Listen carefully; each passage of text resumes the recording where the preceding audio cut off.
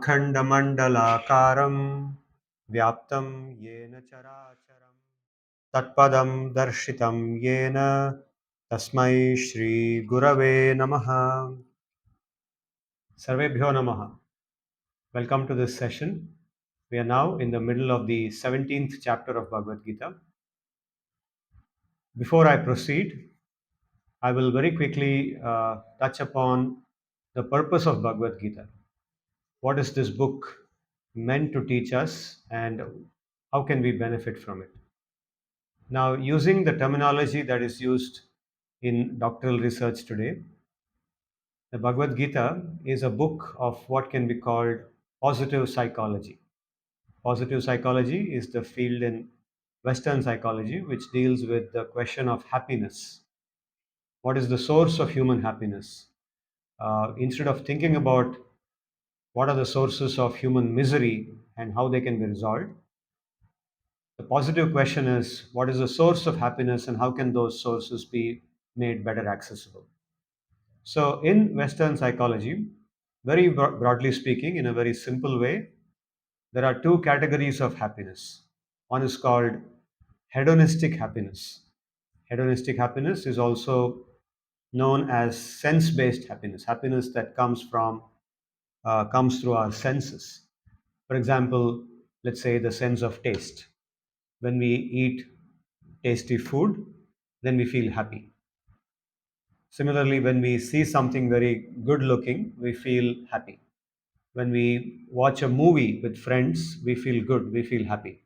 When we go to a party where many of our senses get simultaneously engaged, for example, good looking things, good smelling things, good tasting things, all together make us feel good. Good music to our hearing sense.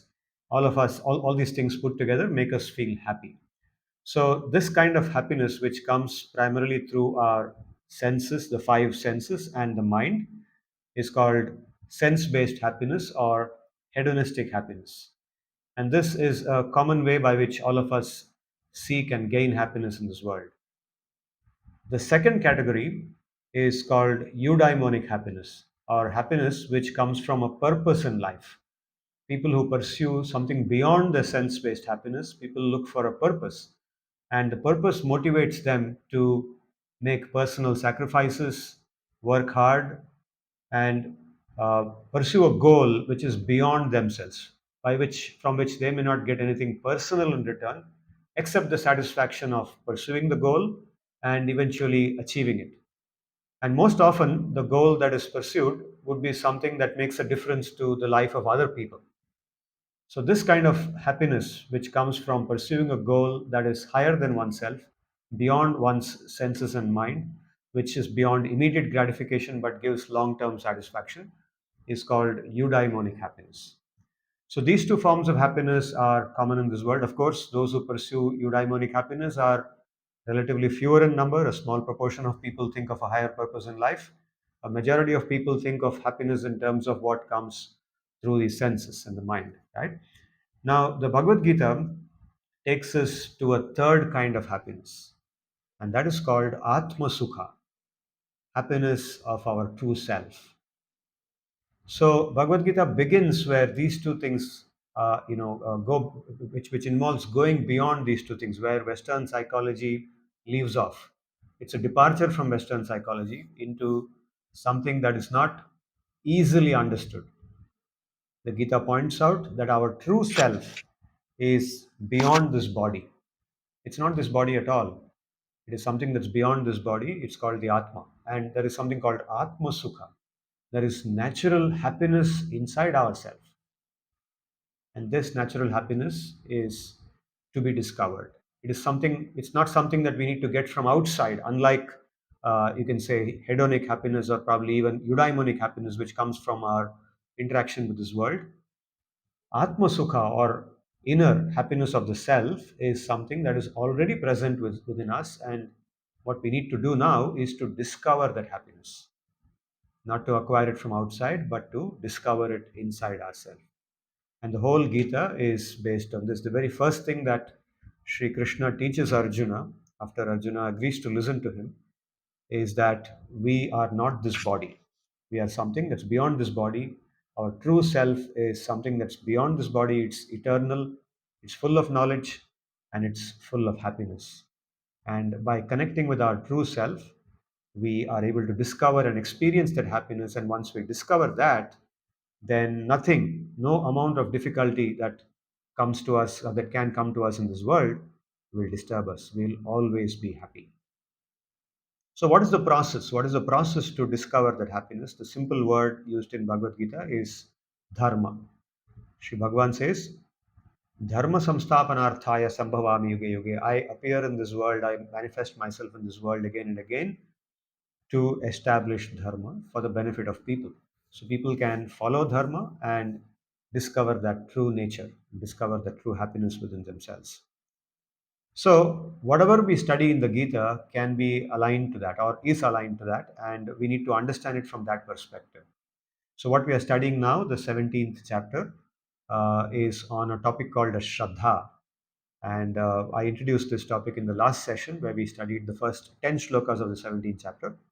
Now, I will do a quick recap of what we studied and then go forward. And as we conclude today's discussion, we'll again link back to what we said now about how all this helps us to go towards our true self and discover our true happiness.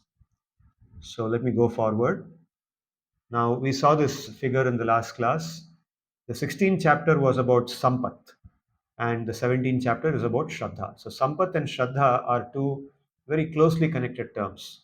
Sampat refers to this, the word Sampat actually literally means an accumulation. Normally in Hindi, it's used to refer to an accumulation of wealth, right? But here, wealth refers to something more subtle.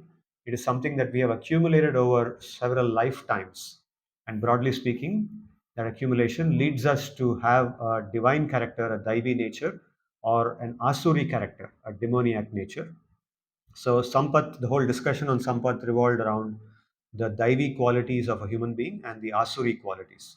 And of course, Sri Bhagavan encourages us to develop those Daivi qualities.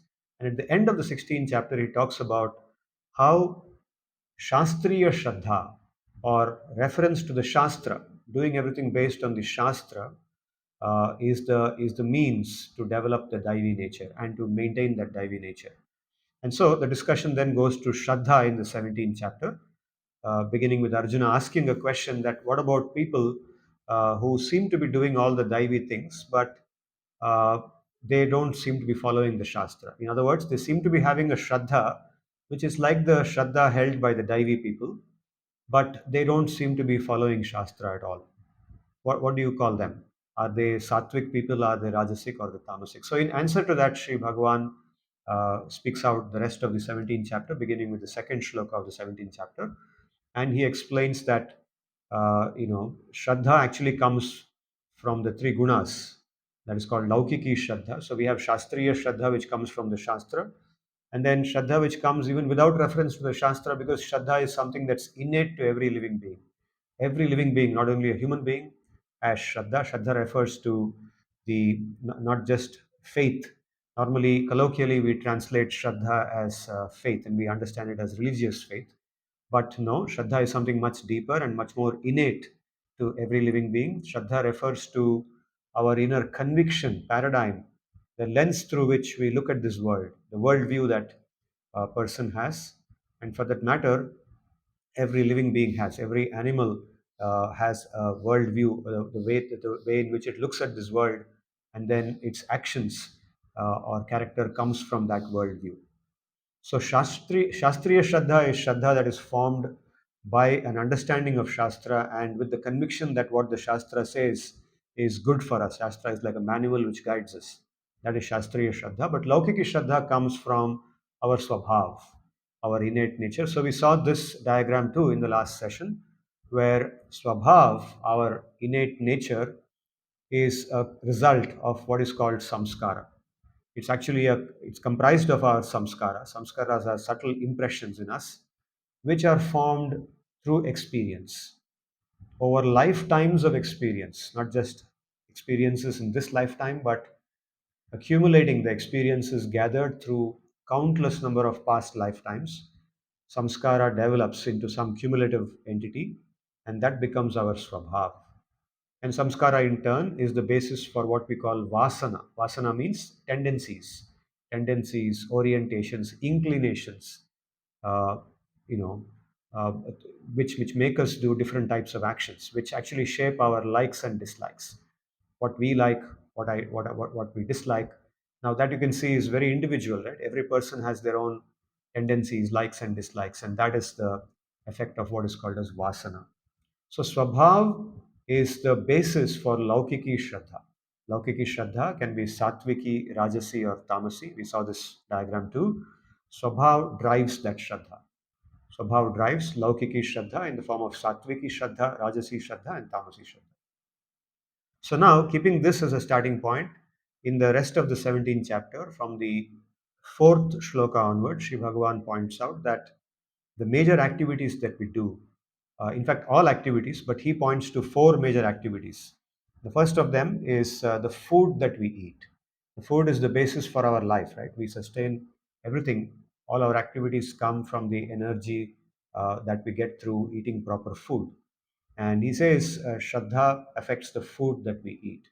People of Satviki Shraddha eat a certain kind of food, and we saw this table in the last class. Three types of foods, very broadly speaking: Satviki, Rajasi, and Tamasi. That comes from the three types of Shraddha: Satviki, Rajasi, and Tamasi. And we saw how food that is Satvika in nature is the one that is actually sustaining. It gives us good health. It is it fills us with enthusiasm. It gives us clear mental thinking, clarity of thought, clarity of purpose in life. It gives us long lifespan, etc. We also said that even people who don't know about all this, like for example, sportsmen. Okay, sportsmen, if you see their diet, it is actually very closely corresponding to what we call Satviki diet here. Okay, although they also eat things which are under the category of Tamasi and Rajasi food, but largely Satviki. That's why they are so fit, healthy, energetic. They're able to perform things which normal people like us cannot perform, right? So then Rajasi food is food which actually agitates us. It agitates the mind. It increases our passion to do materialistic things, indulge in material pleasures, and it has these qualities. And its outcome is in the form of misery and what is called as regret or shoka, paschatap, and so on. And of course, tamasi food, the third category, is food that should be completely avoided. It is food that is, creating darkness. It actually makes us more dull. Loss of discrimination comes from eating tamasi food, and so we saw these qualities. And then we also made another table in which we saw actual kinds of food that we eat, where they come. The first column has the food that is absolutely prohibited as per the Bhagavad Gita. Then the second category is the kinds of foods that we can have, but in limited measure, if at all we want to have them, but in limited measure. And we discussed why they are there. And finally, what should our main diet be? What is the diet which is sattvic and which gives us energy and so on? And that is the third category listed in green color there. So three types of food and very scientifically explained. And of course, I can give you more science on this later, how biologically also our bodies are made for this. If you look at the body's biological structure, the length of the intestine, the pH value of the stomach, and all the scientific, the different kinds of scientific terms associated with its biology, you'll see that what we have listed there in the third column is the most favorable to it. So we will talk about that as we find an occasion for it in the future. Going forward, now we go from the 11th shloka onwards. We talk about two more things. Yajna. Yajna is a major activity in human life, and another activity is called tapas or austerity. So these two things are strongly recommended in the Shastra, and people do them. Even those who don't know the Shastra also do these things. And how the three gunas influence the Shraddha, which drives these two activities, Yajna and Tapasya. Yajna means worship, Tapasya means austerity. So now I'm going to read the 11th shloka of the 17th chapter and I'll explain that to you. अफलाकाङ्क्षिभिर्यज्ञो विधिदृष्टो य इज्यते यष्टव्यमेवेति मनः समाधाय स सात्विकः अफलाकाङ्क्षिभिर्यज्ञो विधिदृष्टो य इज्यते यष्टव्यमेवेति मनः samadhaya sa sattvikaha. Aphalakangshibihi, those who don't hanker or crave for a fruit. Okay, this craving for a fruit is something we discussed elaborately when we spoke about karma yoga in the third, fourth, fifth, and sixth chapters, where phalakanksha or craving for the fruit of one's work was considered as something that is to be given up, right? And we discussed there that giving up the craving for one's work or the attachment to one's work, becoming detached, means actually becoming free not from the motivation to do the work, but to become free from the fruit of that work or phalam. So, what is meant by becoming free from the fruit? Becoming free from attachment to the fruit. So, we explained how that means becoming free from the interest for selfish gain or what do I get from this? That kind of thinking. Instead, thinking of work as something done for the larger good of society, thinking of work for the larger good of all the people whom that work influences, thinking of the larger purpose of that work as the primary motivator of the work and not of what do I selfishly get from it? What is the selfish gain for me in this work? Let that not be the motivator. The attachment to that particular thinking is given up. Attachment is to the higher thinking. So, by becoming attached to the larger purpose of the work, one becomes detached to the lower purpose. So, here, yajna or worship is done without attachment to the thinking of what do I get in return for it personally? What is my personal profit? How do I personally grow from this? Instead of thinking like that, thinking of the larger picture where this worship is for the benefit of society as a whole, or at least for the benefit of the people whom it directly influences. Everybody, not just me. So, aphalakankshibir yajnaha vididrishtaha ya ijyate. Vididrishtaha means in accordance with the provision of the Shastra. Vidhi means the Shastra here, the manual which guides us, the books which guide us on how it's to be done properly. Vididrishtaha ya ijyate. Yashtavyameva iti manaha means the mental thinking is that this is my duty. It ought to be done. Yashtavyameva. That is, regardless of whether I get something personal or not, it is something that's my duty. I ought to do it. And so doing it as a duty. Samadhaya means to fix one's mind. Manaha samadhaya means to fix one's mind, establish one's mind like that with that thinking. Saha sattvika. That is sattvic thinking. Or that is yajna, which is done in a sattvic manner. My translation is as follows: one who does a yajna guided by Shastra with the thinking that the yajna ought to be done as a duty and without craving for its fruit is sattvika. So, this is sattviki shraddha and the worship that it motivates. Now, one question that may immediately come is well, today's society, most people don't worship anyone. We don't do worship, right? We don't believe in God. We don't believe in anything religious. We just do about doing our duty. We are professionals. We are educated. We are scientific. So we don't do all this. So what do you mean by worship? Yajna doesn't exist today, right? Now, okay, yes, that's true. Traditionally, the meaning of yajna, as per the Veda, is yajna done to, you can say, offer something to some devata. Right? There's some deity, there's some devata whom we cannot see with our eyes, with our normal eyes, but we understand that deity exists, and so we offer something to that deity to sort of please the deity, and then we understand that by doing so, the world as a whole benefits. The deity in turn reciprocates by providing various types of requirements and energies that run this world, and so we benefit. That's the understanding.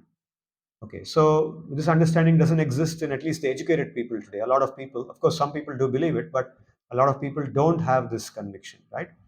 So, what is meant by worship then? This doesn't apply to them. Okay, now the understanding of worship, the larger understanding of worship, worshiping someone, is actually the way it happens. You see, people, everybody actually, regardless of whether they are theistic or not, they worship someone in their life, right? It could be, for example, their own parents. They look up to their parents as someone they should follow, and they take instructions from their parents. Of course, a lot of people don't follow their parents, but they look up to someone else. It could be their teacher in school, it could be a celebrity of this world, it could be a politician, it could be a film actor, it could be a sportsman, or it could be somebody whom they consider as an ideal human being, a human being who showed how other human beings should live in this world. So they regard them as their role models, as their examples, and they follow them, right? Eventually, they follow those principles. So invariably, everyone, regardless of whether they are theists or atheists or rational or irrational or cultural or uncultural or whatever they follow at least someone as an ideal for themselves. And that is what the larger meaning of worship is. There is someone they regard as their role model, their guide, and they follow that person, right?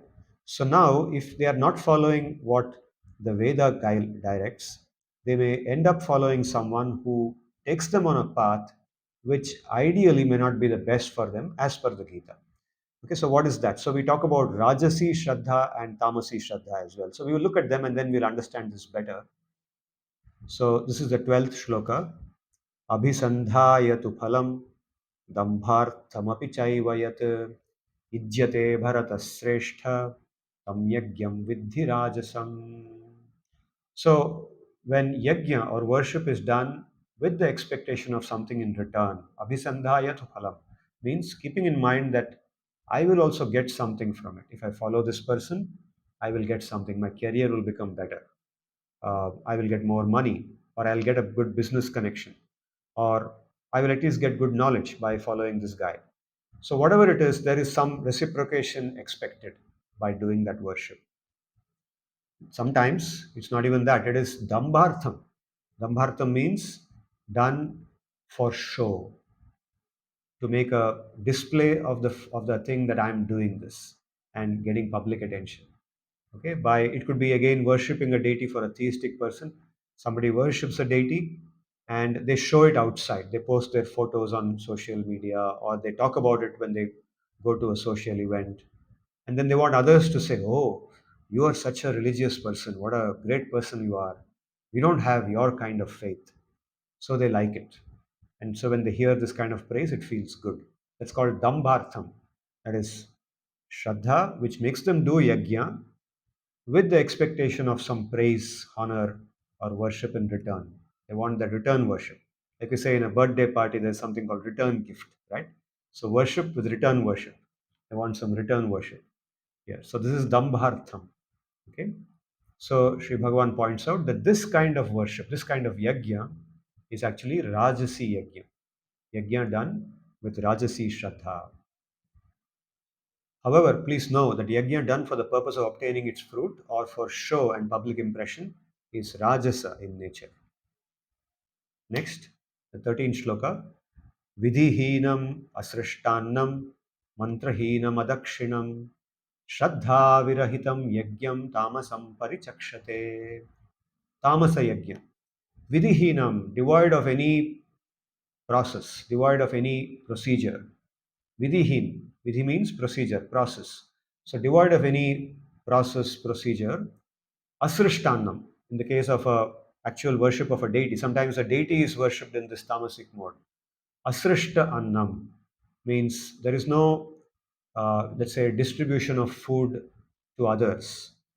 Normally, in a yajna, in any kind of worship of a deity, we offer food to that deity, and that food is meant to be distributed to everyone, not just for oneself, but it's meant to be distributed at least to all the guests who come for that worship, and if possible to many others who may not come for that worship but will also get the benefit of that nourishment. So asrishtanam means there is no food distribution in this yajna. Mantrahinam. So if some mantra is chanted, then it's chanted without any proper, utterance. Like for example, the Vedic mantras are meant to be chanted with a particular style.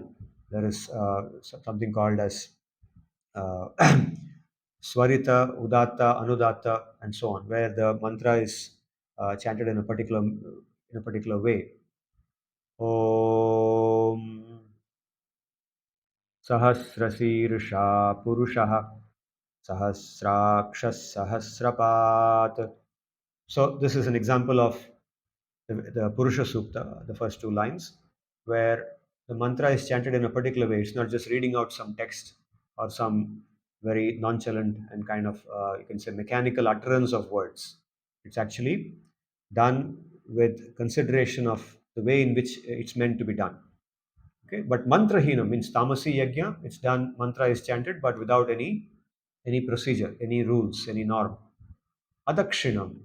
So no dakshina, no charity, or no, you can say, gift is given to the people who conduct the yajna, like the brahmanas, or improper gift is given, not an appropriate gift, but something just as a token is given. Shraddha virahitam means there is no conviction that this yajna will do any good to me. It's done because somebody has told us to do it. Somebody has ordered that it must be done, so it's just done. And there is no feeling that something good will come to me by doing it. There's no conviction. And sometimes it may be done in a mentality of rebellion. Okay, because my parent is telling me, father is telling me, mother is telling me to do it. So I do it.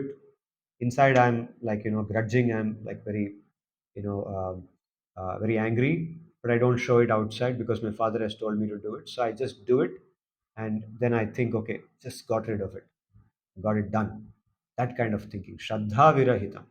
Shraddha virahitam yajnam tamasam parichakshate. So such kind of yajna is considered tamasa. It gives no benefit.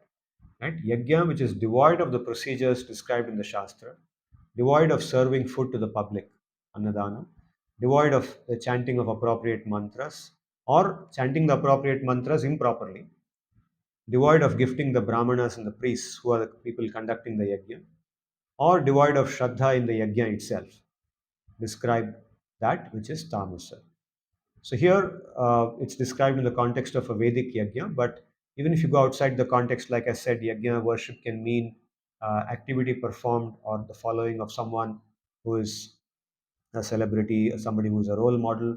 Again, if that is done in this manner, in an improper manner, without offering, without following the due protocols of respect to someone, without following, without the conviction that worshipping that person, one is just doing it because someone is telling us to do it. So we do that, then that is tamasic way of doing it. It is not the right way of doing it. So this is about yajna. Now going forward to tapasya. Okay, this table summarizes the three types of yajna: sattviki yajna, rajasi yajna, and tamasi yajna. We can come back to it later. The three types of tapas. So first is sattviki tapas, and here Sri Bhagavan actually elaborates. He says this can be of three types: shariram, vachasam, vangmayam, and manasam. Shariram means bodily, vachasam means with the speech, and the third is vangmaya means with one's, sorry, vangmaya means with the speech, and third is manasa means with the mind. And so Satviki tapas is of three types. We will read them, and then we also talk about Rajasi and Tamasi tapas. Devadvija Guru Pragya Pujanam Shauchamarjavam Brahmacharyam Ahimsa cha Shariram Tapa Uchyate. Devadvija Guru Pragya Pujanam Shauchamarjavam Brahmacharyam Ahimsa cha Shariram Tapa Uchyate. So he's talking about Satviki tapas or Satvikam tapas, which is Shariram, connected to the body. He says Deva means the deities, the, the divine personalities. Dvija means a twice born. Twice born is a person who has undergone the process of purification and he's wearing what is called a janevu, right? Or urdhva the janevu, the sacred thread. Uh, the Brahmanas, Kshatriyas, Vaishyas, they are meant to undergo this process. Guru, one's teacher, one's guru. Pragya means an intelligent person or a wise person, a person who is learned, wise person, a person, a man of wisdom, a person of wisdom. Pujanam. So, worshipping these people, worshipping the divine personalities who have all the good qualities, worshipping the twice born, the dvijas, worshipping the guru, worshipping the learned people, the wise people from whom we can get good advice. This is one part of Shariram tapas. Shaucham. Shaucham means being clean. Okay, Shaucham has two aspects to it. Shaucha means one is the external cleanliness, the bodily cleanliness, keeping our body clean by taking bath at the right times, wearing clean clothes, um, not getting dirty. And then internal cleanliness. Internal cleanliness for the body means keeping the inner body, the organs of the body clean by eating the right food, by ensuring that our food digests properly, by passing waste at the right times, keeping the internal body clean. But internal shaucha or antashaucha also means cleaning the mind, keeping the mind free of bad thoughts, disturbing thoughts, thinking positively. Okay, antashaucham. So both bahishaucham for the body and antashaucham for the mind. Arjava. Arjava means literally simplicity, but here specifically it means following the procedures of the Shastra and doing what the Shastra says and refraining from what it prohibits. There are many things which the Shastra says we should not do, like harming others, for example. So, refraining from what the Shastra tells us to refrain from and engaging in what the Shastra tells us to do.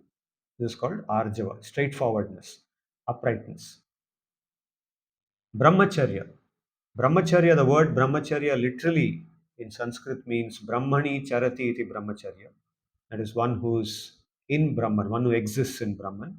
But the way in which the word is used in the Shastra, it refers to celibacy. Okay, the closest English word for it is celibacy. So, what is meant by celibacy? Celibacy, does it mean not engaging in sex, abstaining from sex completely? Well, the first meaning is that. The first meaning is complete abstinence from sex, uh, not only bodily, but even in the mind, mentally or in action in any manner, uh, thinking about sex, talking about it with others, taking pleasure in talking about it, taking pleasure in promoting it, or physically experiencing it. That's the first meaning. And the second meaning, which is very practical, is that engaging in sexual activity only for the purpose of begetting a good child, a child which is dharmic in nature. Okay, with the intention to beget a child which will also be dharmic and which will maintain dharma in society, doing sex or engaging in sex for that purpose. That is also part of brahmacharya. So the Shastra has many directions on how that should be done. It says that one should mentally prepare oneself, both the husband and the wife. Of course, sexual activity is permitted only between married people. It is not advocated to be practiced between people who are not yet married. So if two people want to have a partnership, then that's fine. They should get married first and then engage in sexual activity under brahmacharya. And when they do that sexual activity, when they engage in sexual union for the purpose of begetting a child, there is a whole elaborate process for that. One should prepare oneself mentally. One should mentally connect with God, connect with Sri Bhagavan, and request him or ask him to bless oneself with a child which is of the same qualities that he has, with his good qualities. May I get a child which has the qualities that you have, which will actually do good in this world, which will actually bring a lot of happiness to other people, which will be of a good nature, and which will like good things, which will have good inclinations, right? So all this is a preparation, and this is called Garbhadhana Samskar. It's very elaborately described in the different Shastra.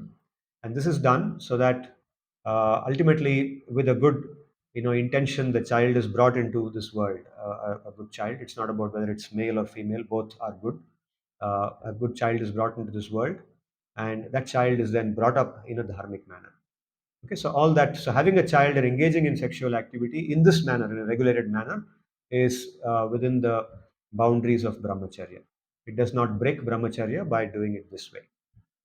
So brahmacharya, ahimsa.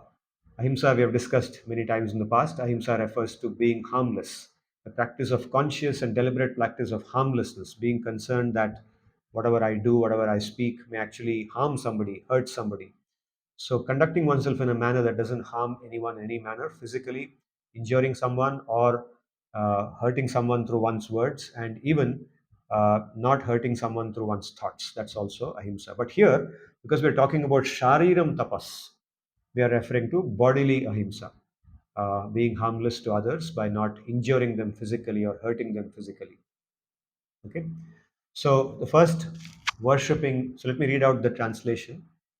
My translation is as follows: worship of divine personalities, the devas, the brahmanas, gurus, and learned persons, bodily cleanliness and mental purity, shaucha, strict adherence to the prescribed and the prohibited in the Shastra, arjava, celibacy, brahmacharya, and harmlessness, ahimsa, are considered bodily austerity or tapas. So here a question may arise that why is this called austerity? What is involved in, why is it difficult to do this? When we say austerity, then we mean there is some discomfort, right? Austerity involves discomfort or some personal sacrifice to be made and so on. Now, if you think a little deeply, actually, yes, by default, we may not be inclined to do all this. By default, a human being, except some people, may not be inclined to do this thing because it involves some amount of sacrifice. Take, for example, even sexual indulgence, which we just spoke about. If you say that you should not do sexual activity, you should not indulge in, you should not try to satisfy your sexual desire whenever it arises, but regulate it and wait for the right time, then obviously it causes some sacrifice, right? The person has to say, yes, I'll tolerate the urge. I will try to think of something else. I'll engage my mind in some other manner and be free from sexual thinking until the right time comes. That definitely is discomfort to many people, and therefore it's called an austerity. Similarly, to say that I will do strictly what the Shastra says. For example, Shastra says, get up early in the morning before sunrise and do meditation. Meditate on these mantras, right?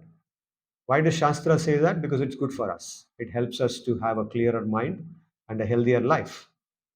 So we acknowledge it's good for us, but then doing it is not easy, right? It requires us to go to bed early in the evening and get up early in the morning, right? When the clock says get up, we need to get up. We need to fight the mind. We need to say, okay, my dear mind, please hold on.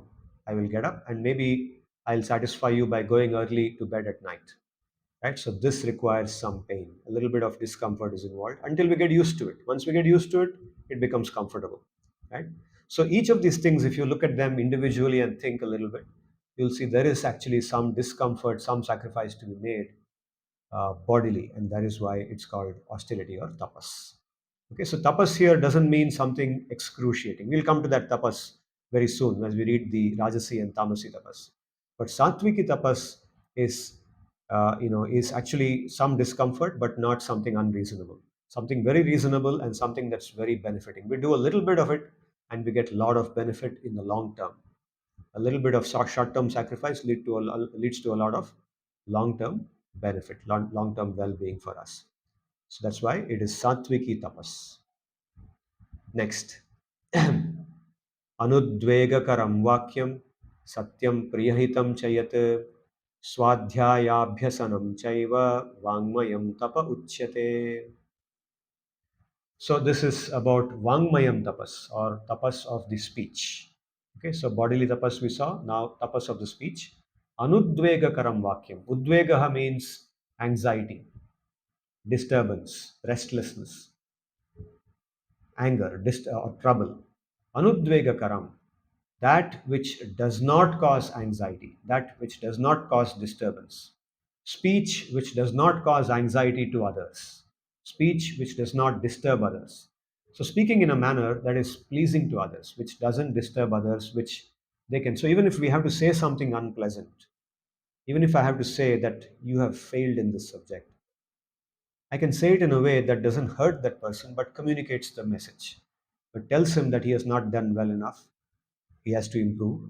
So, for example, I can call a student who has failed in my exam and tell him that, look, my dear so and so, you have a lot of potential in you. You are very capable. Unfortunately, for whatever reason, your potential has not best come out in this exam. And you may have to relook at all the answers you have done. So, by speaking like this, the student, first of all, feels, yes, actually, my professor is telling me something that is true because I am actually capable. I know I am capable and I can do better. And now he's telling me that I need to do better, which means I have not done so well. So let me see, what is he actually trying to say? Okay, I've failed this exam. So he realizes he has failed, but he realizes that in a very positive manner. Okay, it shows him that he's got a bright future ahead of him if he just puts in some more hard work, right? So this way of communicating a bad message, a bad thing, is actually what is sattvika tapas, is sattvikam tapas. Because it's tapas because the professor As to now, so it's so easy for the professor to say, hey, look, you have failed this exam. You're no use. Okay, it's easy to say that. But now he has to say it in a different way, right? So that requires some amount of exertion on his part. But if he does it, then the student benefits and he also feels satisfied inside, right? So that is Vangmayam tapas. Anudvegakaram vakyam. Satyam. Satyam means it's true. So just because it's anudvegakaram, just because it's something that doesn't disturb and it's pleasing to hear, it doesn't mean I say something false. I don't call the student and say, look, you are the most intelligent character in this world. You can do anything. You can win a Nobel Prize tomorrow if you make up your mind. So this, I would be exaggerating. I would be saying something that's, even the student may not believe it. It may look like, I'm just trying to, maybe I'm being sarcastic, he may think. Right? So satyam, speaking the truth, but speaking it in a way that's pleasing. And priya hitam, priya means pleasing. Hitam means that which is beneficial, not just satya, but that which is actually beneficial to that person. So satya, the right thing, the correct thing, the truth. Sometimes, if you say it at the wrong time, it's not the right time to say it. It may actually harm that person.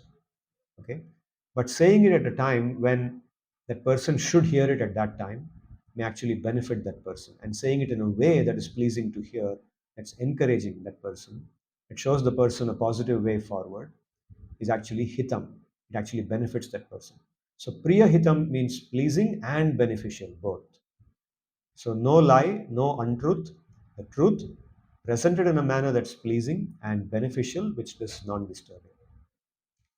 Then Sri Bhagavan says, Swadhyaya Abhyasanam. Swadhyaya Abhyasanam. Swadhyaya means we know self study, studying by ourselves, studying on our own.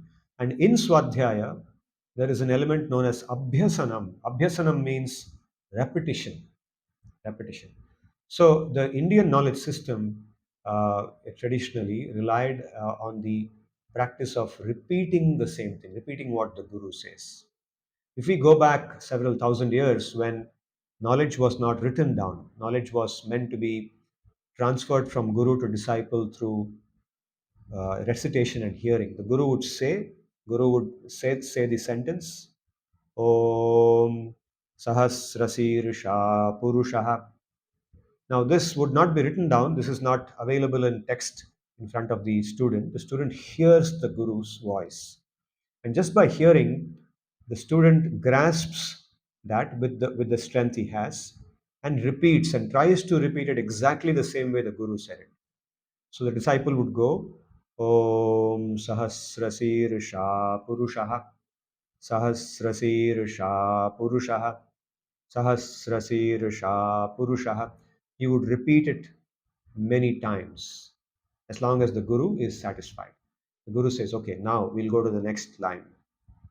Sahasrakshas Sahasrapat. So then the disciple would repeat that again several times. So hearing, repeating. This is done when the guru is teaching it. Now let's say the guru's teaching is over. Now Swadhyaya begins. Swadhyaya means the disciple now is in his quarters, in his room, and he is now revising what the guru taught him. So he does that by repeating again and again. The same line, he says it many times. He repeats it again and again and again until it becomes a part of his inner system, a part of his subconscious. It goes inside him, it's internalized. So this is done not only for the Vedic, words, but even for other texts. Like for example, the Smriti Shastra, which is not Shruti. Okay, Smriti is the works written by great scholars of the past, okay, or even of the present. Books that they have written which describe what the Veda says, the Mahabharata, the Puranas, and so many other. La Bhagavad Gita. Bhagavad Gita is also part of the larger system of Smriti. Right? It's written down by Vyasa. So now repeating the Gita shloka again and again till it becomes a part of us. We can say it in our sleep. Somebody wakes us up from sleep, we can chant that shloka, right? In our dreams, that shloka might come. It is part of our subconscious. So Swadhyaya Abhyasanam. This is considered an element of Vangmaya tapas. Satviki tapas, which is Vangmaya, which is tapas of the speech, austerity of the speech. Making statements that do not cause distress. are truthful, pleasing to hear, and beneficial to the hearer. Self study and repeated recitation of Shastra are considered the austerity tapas of speech. Manah prasada saumyatvam, maunam atmavinigraha, bhava samshuddhirityetat, tapo manasamuchyate. So, manasa tapas, the third type of sattviki tapas is, or sattvikam tapas is manasa tapas, and that is manaf prasadaha, that which calms the mind, which is about keeping the mind always uh, peaceful, contentment, practicing contentment consciously in the mind. When thoughts about dissatisfaction, discontentment comes, then calming the mind down and saying, no, cool down, relax, it will come later, right? So manaf prasada, saumyatvam. Saumyatvam is filling the mind with thoughts which are beneficial, positive thoughts, beneficial, positive thoughts. Maunam. Maunam is contemplating on the inner self, which silences the mind. Meditation, contemplating on our true self, the nature of our self as the Atma that resides in the body. That contemplation of the mind is called maunam, that silences the mind. It takes the mind away from all other thoughts. Atma vinigraha. Atma vinigraha means withdrawing the mind from its indulgence in the sense objects. So we do a lot of mental contemplation, right, on the objects of our senses, on, for example, on good food. For example, I'm thinking now that after this class is over, there will be some very nice, tasty meal available for me. There is chola bhatura available you know, with gulab jamun at the end of it. So somehow this Bhagavad Gita class will get over. Another half an hour left, it will be over, and then I'll go and just really indulge myself. So this kind of thing. Of course, I don't want to tempt you with all kinds of thoughts now. So please focus on the Gita itself. So this kind of contemplation, withdrawing the mind from that. So now you must withdraw. You must do Atma Vinigraha. Withdraw your mind from that kind of thinking if it came to you, and put it in the Bhagavad Gita.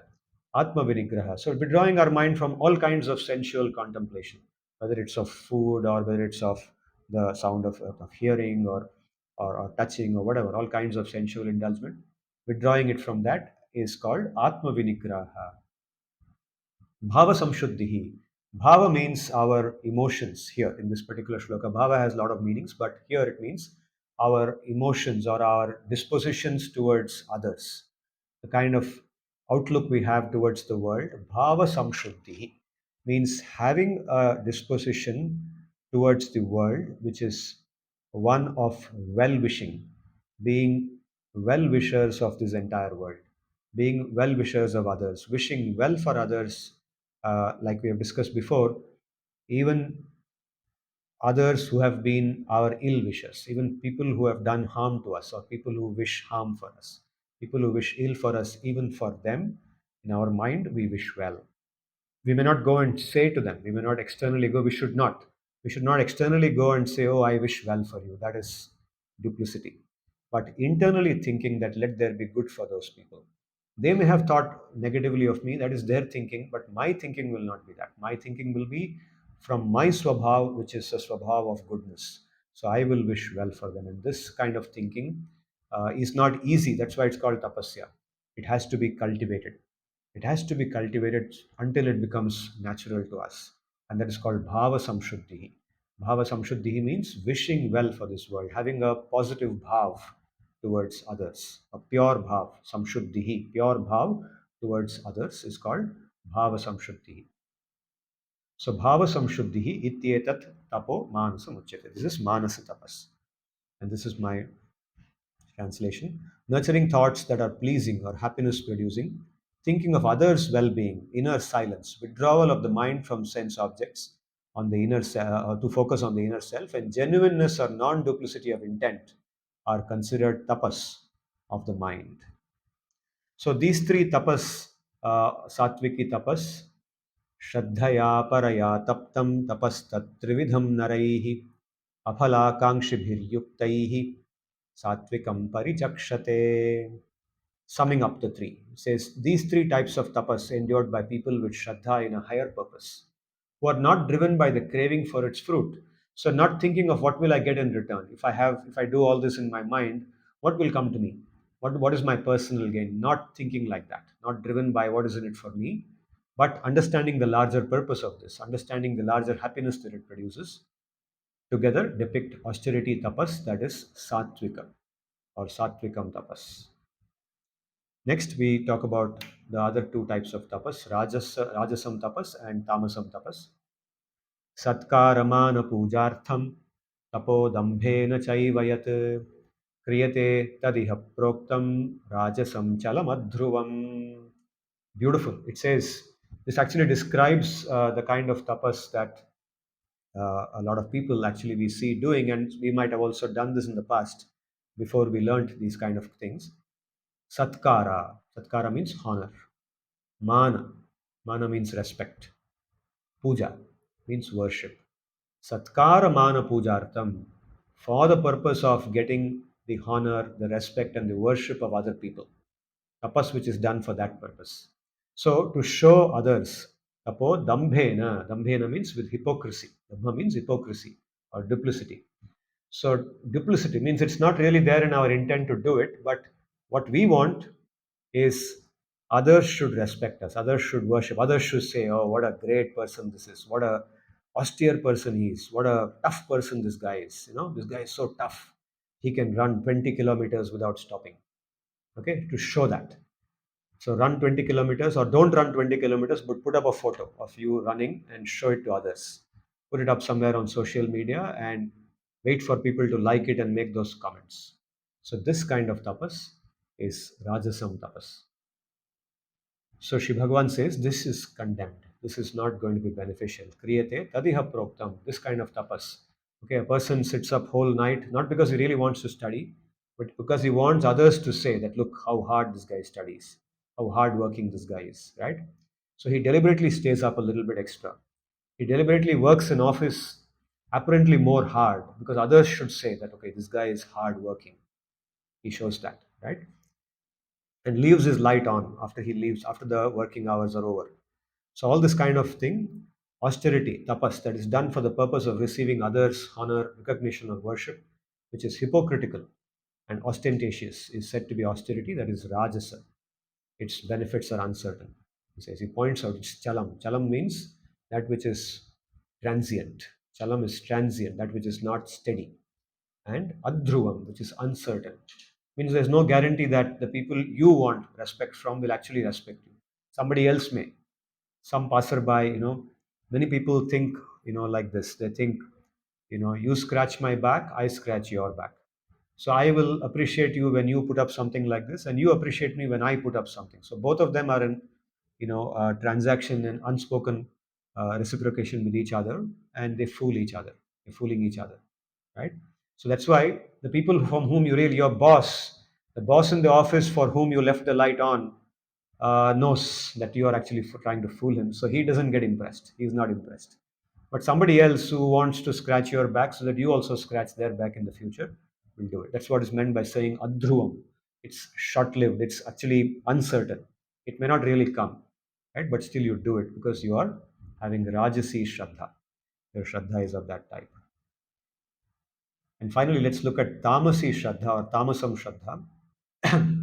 मूढग्राहेण आत्मनो यत्पीडया क्रियते तपः परस्योत्सादनार्थं वा परस्योत्सादनार्थं वा तत्तामसमुदाहृतम्. So moodagrahena means, by mudha means foolish. Graha means an obsession or a commitment.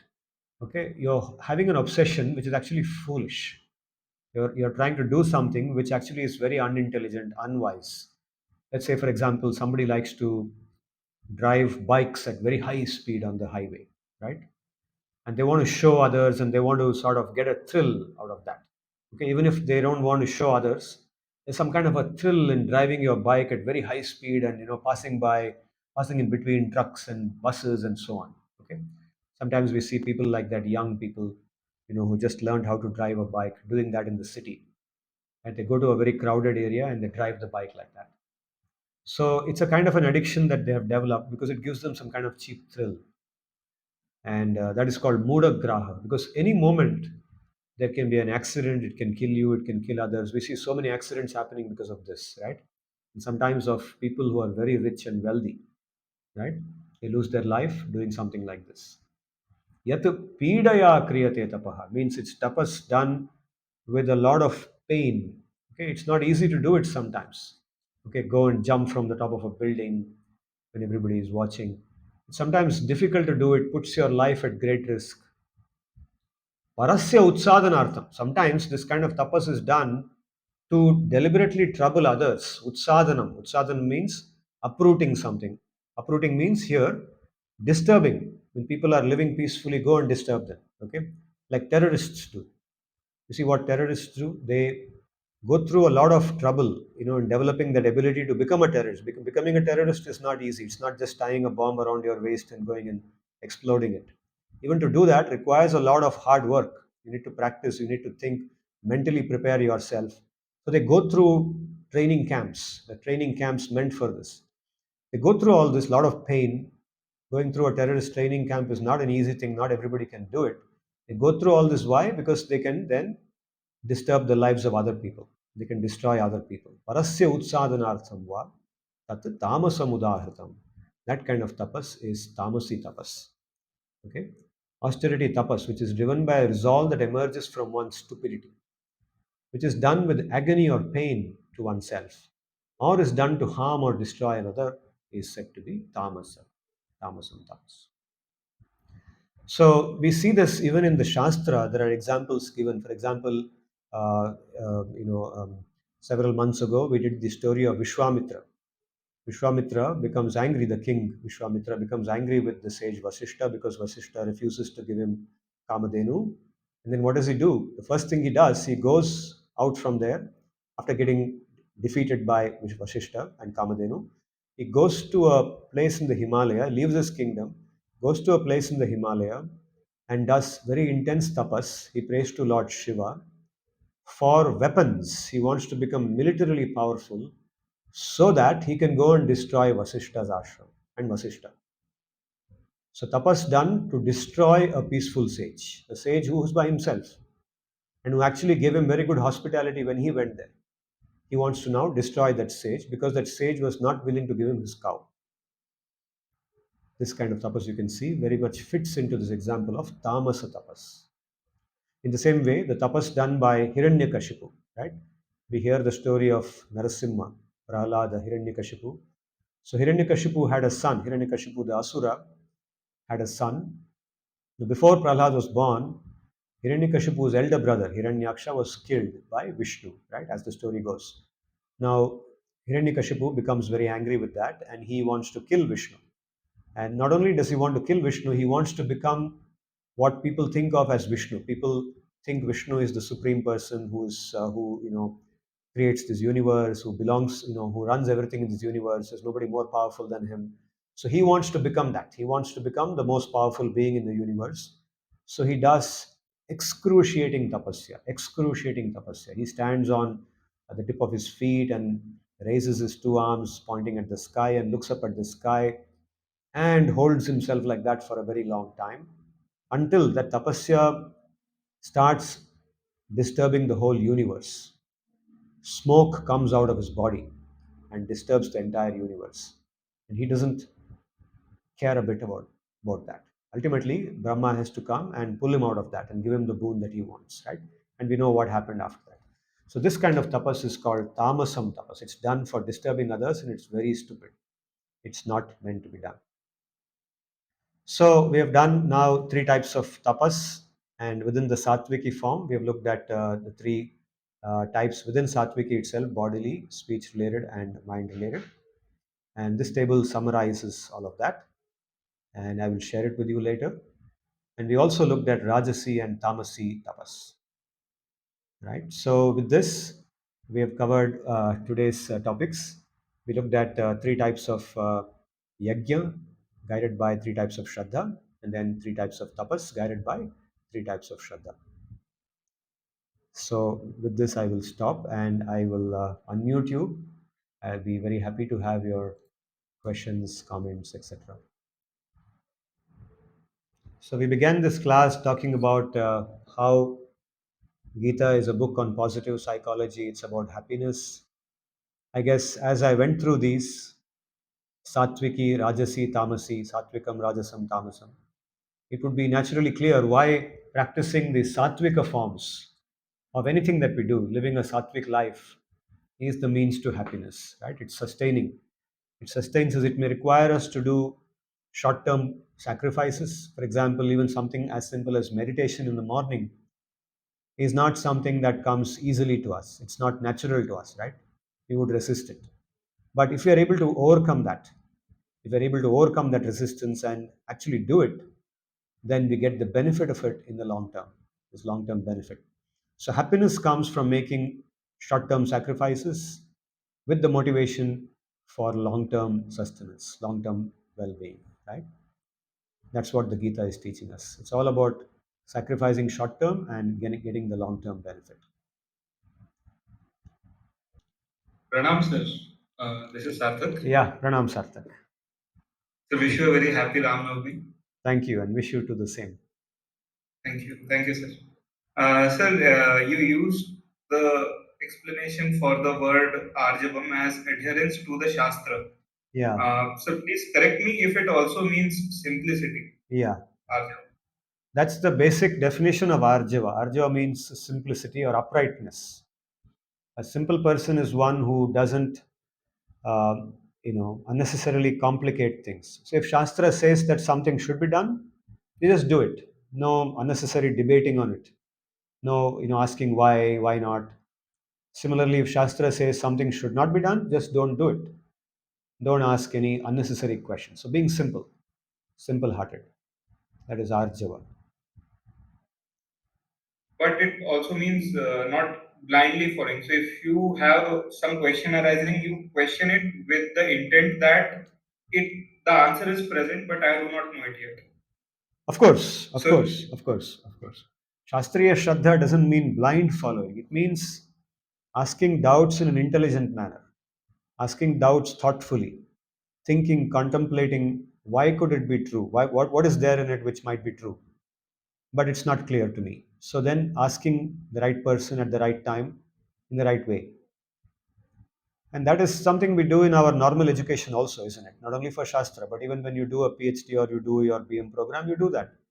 If you have a doubt, then you first think over it. What could be something that I'm not able to understand? Then you go to your teacher or you go to a friend and ask them that question. So, very much. The Shastriya Shraddha is not about blind faith, it's about asking intelligent questions in the right way. And simplicity includes that. Yes, very much. yes, sir. Thank you, sir. Sir, I had just a small suggestion, if I may. Yeah, sure. Yeah. In the coming sessions, could you please increase the font size a little for the different shlokas, the explanation, and the tables? Okay. All Yes, right. sir. I can go back to closer to what I was earlier because this class I reduced it, thinking that that may make for a better layout with more space. But if you feel, I think some of you may be seeing it on your mobile phones, so then it may be small, too small, right? Are you watching it on No, your sir. mobile? Even on laptop, it would be better Okay. that font is better. Okay, I'll do that. In the next class, I'll make it bigger. I'll go back to maybe something like the earlier one or something in between the two. Yeah, Thank you, sir. sure.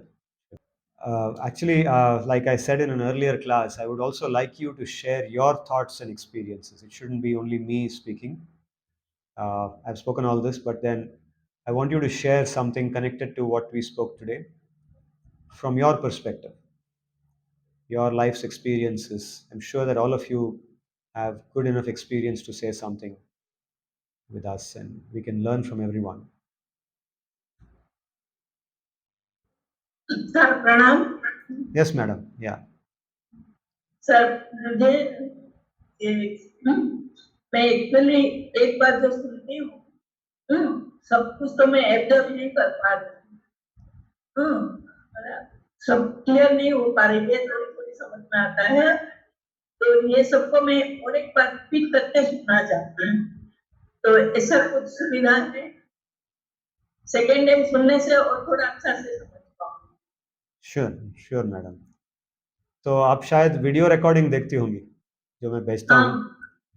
मैं तो अभी तक ये mobile में देखती हूँ। अच्छा जी। तो सेकेंड टाइम और एक बार सुनने से मेरे पास क्लियर होगा, और ये 16 चैप्टर मोस्टली में एब्सेंट है। अच्छा जी। अच्छा। हाँ, वो जो वहाँ पे जो था ये औषधि प्रकृति, दैवी प्रकृति, तो थोड़ा सा मैं एब्सेंट रही, 3-4 क्लासेस एब्सेंट रही। अच्छा जी, कोई बात नहीं, जब आप वीडियो रिकॉर्डिंग देखेंगी तो शायद सब क्लियर हो जाएगा। अगर हाँ, फिर भी आपको कुछ अगर डाउट है तो आप कभी भी मेरे को फ़ोन करके भी बात कर सकती हैं। मेरा फ़ोन नंबर तो आपके हाँ पास सर, है, तो आप कभी फ़ोन कर सकती हैं, तो मैं फ़ोन में भी बात करेंगे। तो वीडियो की रिकॉर्डिंग में कैसे देखूंगी? हाँ जी, वीडियो देख लीजिए, वीडियो लिंक तो आपके पास तो है ही। अच्छा अच्छा, ठीक। हाँ, मैं तो हर क्लास के बाद मैं आपको वीडियो लिंक भी भेजता हूँ, तो वो भी देखिए, और पुराने सर, वीडियोस जो हैं उसका भी जो लिंक है मैं आपको ईमेल में ही भेजता हूँ, तो उसमें आप देख लीजिए। Thank you sir. Thank you. Thank you. Pranam sir, Akshat here. Yes, प्रणाम अक्षत। Sir, just had a couple of thoughts or questions. One is that in terms of the difference between Shraddha and the other interlinked concepts like Karam and Swabhav, I'm still I'm not able to sufficiently probably distinguish between them, and what is how Shraddha is different from Swabhav and Karam in that sense. That was one. The other one was, sir, in terms of the Shraddha for yajnas, essentially. Uh, where would we place the yajnas or rituals which are basically done out of fear? The one of the I think it's a slightly different construct in the sense that a lot of the rituals or things that many of us end up engaging in over a period of time through the centuries for whatever reason, a lot of it is done out of fear essentially. If you do this, or God will punish you, do this, or there will be bad luck, do this because there is pressure, societal pressure to do it, so on and so forth. So would be very glad to have your thoughts on that. Yeah, thank you, Akshat. Both are very good questions. We'll first go to the question on Swabhav and Shraddha. Now, this was the diagrammatic representation of these concepts. There are multiple concepts here, all of which are not immediately understood, but slowly we can sort of go through them.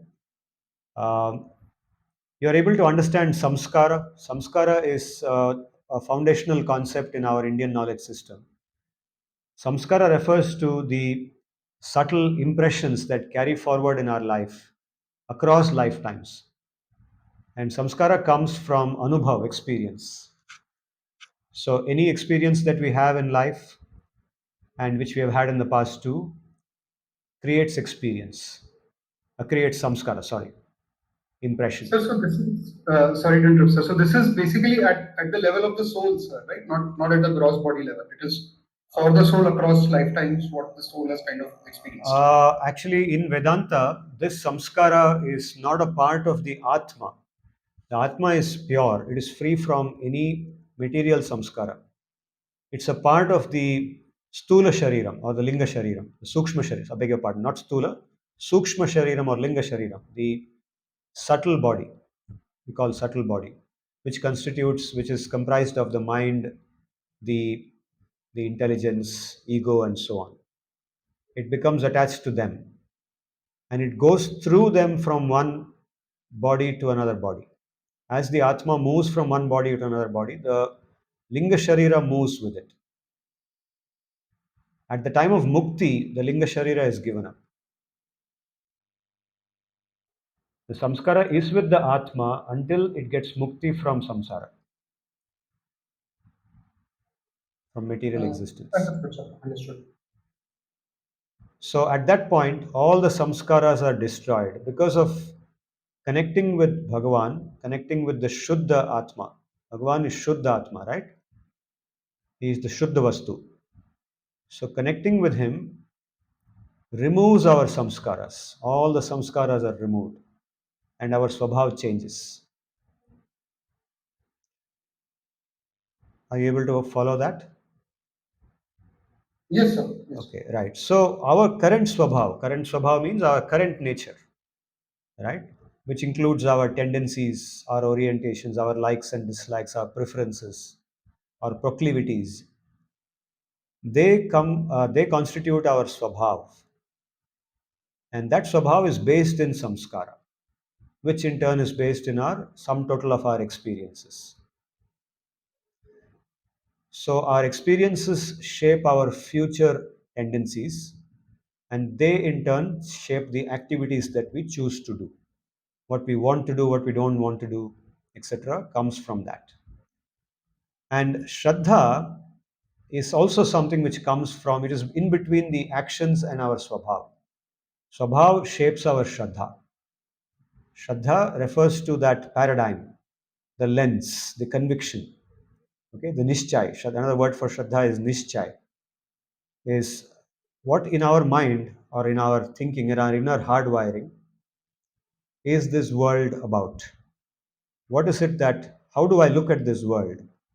If I look at a fellow human being, how do I look at that person? As a friend, as an enemy, as a well wisher, as a ill wisher, as a neutral person, etc. Okay, Shraddha is what constitutes, is what determines that. It's the lens through which I look at this world.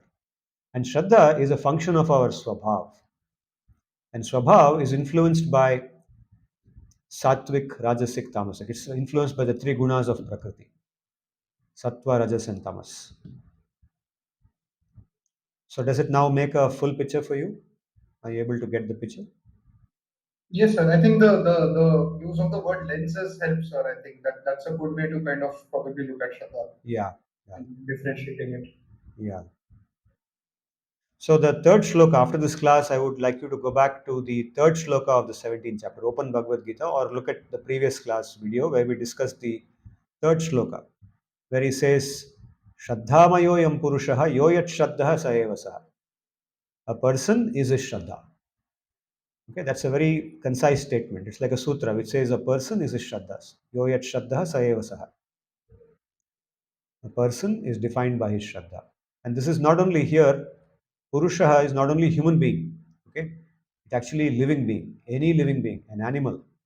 I gave the example of, tigers and lions. Normally we think of, you know, uh, tigers and lions as animals of danger for us, right? Because they can eat us, they can kill us and eat us. But not all tigers and lions look at this world like that. They don't look at human beings like that. We know there's so many examples of pets, tigers and lions, which have been petted by people and brought up like that. And those tigers and lions look at that human being as their friend. And we see videos on YouTube of those human beings playing with those tigers and lions. So even animals have their own shraddha. Okay, so dogs also. A dog on the street barks at us, but the dog in our own house, you know, comes and licks us with love, right? So dogs have shraddha. So every animal, every insect has got shraddha in it of some type.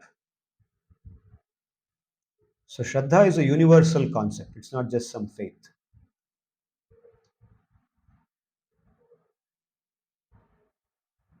Understood, sir.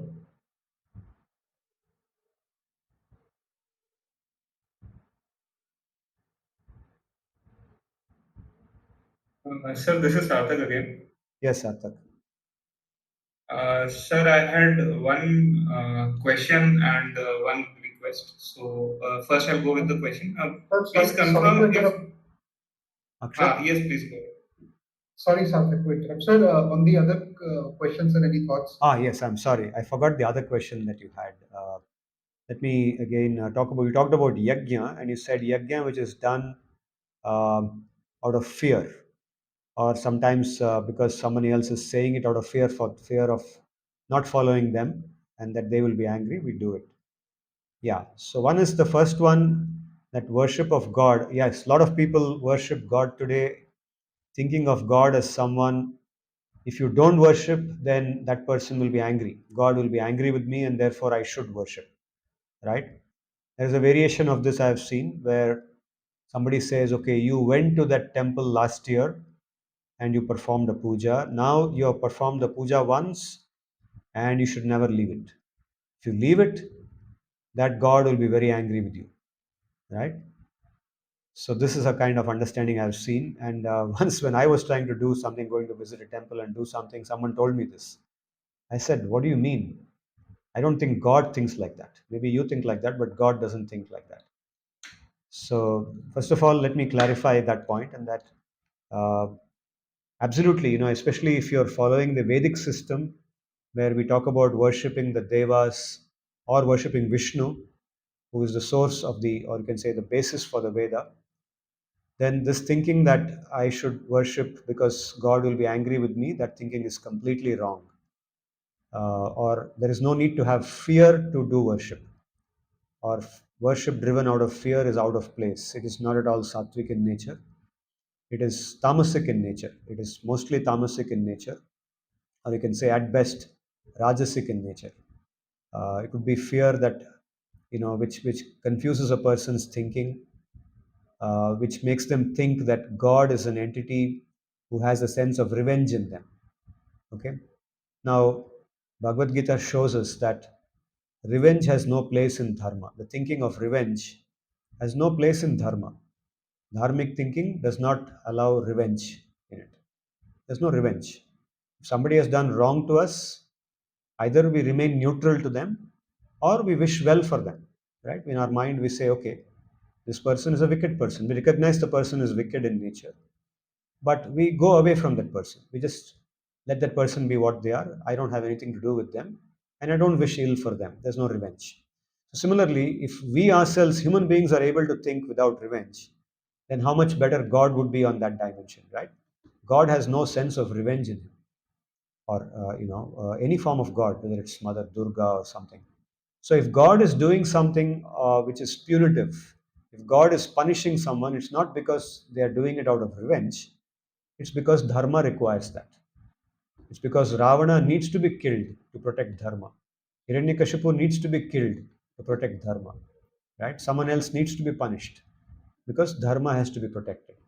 For that purpose, you may see God coming and killing somebody, but not out of revenge. So, someone who wants to follow dharma has no reason to fear God. There is only a reason to love God. God is somebody to be loved and not to be feared. So, if yajna is done out of fear, it cannot be sattviki in nature. It should be either rajasi or tamasi in nature. And yes, particularly the second type you said, where somebody, out of fear of someone, not fear of God, but fear of someone else, that you think, my husband, if I don't do this, my husband will scream at me, or my wife will shout at me, or my grandfather will scold me. If somebody thinks like that and does yajna, then definitely it is tamasic in nature, because it has no shraddha. We saw that definition. Shraddha virahitam yajna. Shraddha virahitam means without any shraddha, without any conviction that there is any good in it for me. It's done out of grudge. There's a grudging feeling inside the heart that somehow I have to do this because this guy is telling me to do it. I don't want to do it, but I have to do it. What a hellish condition this is. So thinking like that, if somebody does, definitely it is tamasic yajna, right? So does this answer your question? Yeah, sure. Yes, sir. I think it's very clear. Yeah. Thank you. Thank you. Yeah. Sarthak? Yes, sir. Sir, I wanted to ask, I had heard this story. Can you please validate if it is presented in any of the Puranas, or is it is it a true story? Okay. So, Sri Brahma, while creating the universe, first made the first beings which were in Shuddha Sattva. Hmm. But now those beings, because they were in Shuddha Sattva, they did not want themselves to be limited in that body mind, and they were instantaneously liberated as well. So then, in the next class of beings, he introduced some elements of rajas and tamas so that the material world also remains. So, is this story present in any of the Puranas? Or in I've text. not heard this kind of explanation of creation. What the Bhagavatam says is this, that there are broadly two types of living beings, jivatmas, and one of them is always mukta, nitya muktas. They are never in samsara, and three-fourths of existence is that, approximately. Three-fourths of existence is the nitya muktas who are never under samsara, under prakriti, material prakriti. The remaining one-fourth is in samsara, that is people like us, who are under the three gunas of prakriti. And both jivatmas are eternal. The jivatma is never created, it's eternal. So those who have been mukta are always mukta, they've always been mukta. And then those who are in samsara has always been in samsara. Of course, there is a few which becomes, by sadhana, they're called sadhana siddhas, and they perform sadhana and become mukta. They get mukta, and then onwards they remain mukta. So those who have been in samsara have been in samsara always, and they are not created. They are just given a birth at the right time. That's all. No, no, by creation I did not mean the Atma which is created, but the Linga Sharir and the Sthul Sharir, the one Yeah. which we commonly associate as a being. Yeah. So it's not created by. It's not created deliberately, in the sense it's not like suddenly he decides that, okay, now let me create somebody like this. The jivatma is present with all its samskaras, all its past samskaras. It takes a body according to its samskaras. So within a given universe, for example, within our universe, which is called the Brahmanda, every single day of Brahma there is a fresh creation, and at the end of the day of Brahma there is a dissolution, right? There is Srishti and there is Pralaya. So each time Srishti happens, the the jivatmas get their material bodies in accordance with their karma, the samskaras of the past, the karma and the samskaras of the past. And they take new births, and then they live through those births again and acquire fresh karma, and so on. So it's not that he decides that, okay, for my sake, I want to create some people in tamas and some people in rajas. It's not like that. So beginninglessness is the key over here Yeah. It's, of be- even material. it's beginninglessness. That's one keyword. And the second is our own actions. What we have done decide what body we get. It's Yeah. not he who decides that. He makes it very clear in the Gita. He says, I am not responsible for the, the kind of birth and the existence that you have. But I'm giving you advice as to how you can come out of it, how you can become free from your suffering. But I'm not the one who is causing it. I'm not the one who has made it happen. Correct, It is correct. it is you who has made it happen. It's the jivatma which is the cause of its own material existence. It's very, very clearly stated in the Gita. So the karma theory is also accepted by the Jains and the Buddhists who are not believers in the Veda per se, but Okay. this karma theory is also accepted by these two schools of thought. So Okay. Okay. Yeah. yes. Yeah. Yeah. So these schools of thought also actually came from, the larger ecosystem, which was the Vedic system, right? The Vedic knowledge system was a larger base from which these eventually emerged. Although they Right. did not follow the Veda, they went against, or they went separately away from the Veda, but they were born in the same ecosystem. Right? Yes, sir. Yes, sir. Thank you, sir. Sir, I had one request as well, if you deem it to be fit. So, in the previous sessions as well, and in today's session too, the word graha No. has been used. So, sir, this reminded me of story of Gajendra Maharaj. Yeah. So, in the previous sessions, you had been talking about the tales from Srimad Bhagavatam. So, if in some certain future class you could bring up the prayers of Gajendra Maharaj as well. Okay. In his, Sure. yes, sir. We'll do Thank that. you. Sure, we'll do that. Yeah. Thank you. Thank you. ॐ स्वस्ति प्रजाभ्यः परिपालयन्तां न्यायेन मार्गेण महिं महिषाः गोब्राह्मणेभ्यो शुभमस्तु नित्यं लोकाः समस्ताः सुखिनो भवन्तु हरे Krishna Krishna Krishna Hare Hare Hare Ram Ram Ram Hare Hare Hare Krishna Krishna Krishna Hare Hare Hare Rama, Hare Rama, Rama Rama, Hare Hare, Hare Krishna, Krishna Krishna, Hare Hare, Hare Rama, Hare Rama, Rama Rama, Hare Hare. Sarvebhyo namaskaraः. Thank you.